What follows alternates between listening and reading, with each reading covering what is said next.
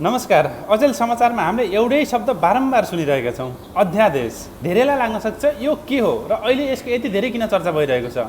कतिले त यसलाई समर्थन गरिरहेका छन् भने कतिले यसको प्रक्रियामा प्रश्न उठाइरहेका छन्। आजको भिडियोमा म कुनै पक्ष वा विपक्षमा नलागी एकदम सरल भाषामा यो अध्यादेशको प्रवृत्ति पाटो र यसको बाध्यताबारे बुझाउने प्रयास गर्नेछु। भिडियो अन्तिमसम्म हेर्नुहोला। सजिलो गरी बुझ्दा अध्यादेश भनेको एउटा अल्पकालीन कानुन हो जो सामान्यतः कानुन बनाउने काम संसदको हो। तर जब संसदको बैठक चलिरहेको हुँदैन र देशमा तुरुन्तै कुनै नयाँ नियम चाहिने अवस्था आउँछ तब सरकारले मन्त्री परिषदबाट निर्णय गरेर राष्ट्रपतिको अनुमतिमा यसलाई लागू गर्छ। यो अरू कानुन जस्तै शक्तिशाली हुन्छ तर यसको आयु अस्थायी हुन्छ। संसद सुरु भएको 6 हप्ताभित्र यसलाई पास गरिसक्नु पर्ने भएको हुन्छ। अब धेरैको मनमा प्रश्न उठ्न सक्छ, बहुमत हुँदाहुँदै पनि संसदबाटै किन नबनाएको त? यसका पछाडि केही प्राविधिक कारणहरू हुन सक्छन्। एक, समयको बचत। एउटा सामान्य विधेयकलाई ऐन बनाउन प्रतिनिधि सभा, राष्ट्रिय सभा र राष्ट्रपतिको प्रक्रिया पूरा गर्दा कहिलेकाहीँ महिनौँ लाग्न सक्छ।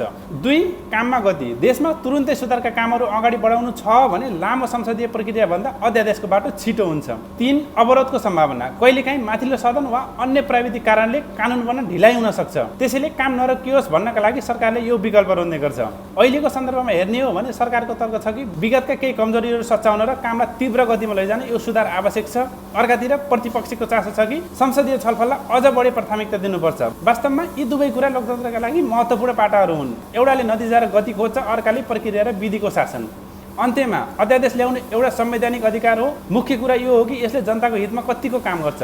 काम छिटो हुनु राम्रो हो र सँगसँगै संसदीय मर्यादा जोगिनु पनि उत्तिकै आवश्यक छ। तपाईँलाई के लाग्छ, अहिलेको अवस्थामा काम छिटो गर्न अध्यादेश ल्याउनु कतिको प्रभावकारी हुन्छ? आफ्नो तार्किक विचार कमेन्टमा राख्नुहोला। जय देश, जय नेपाल।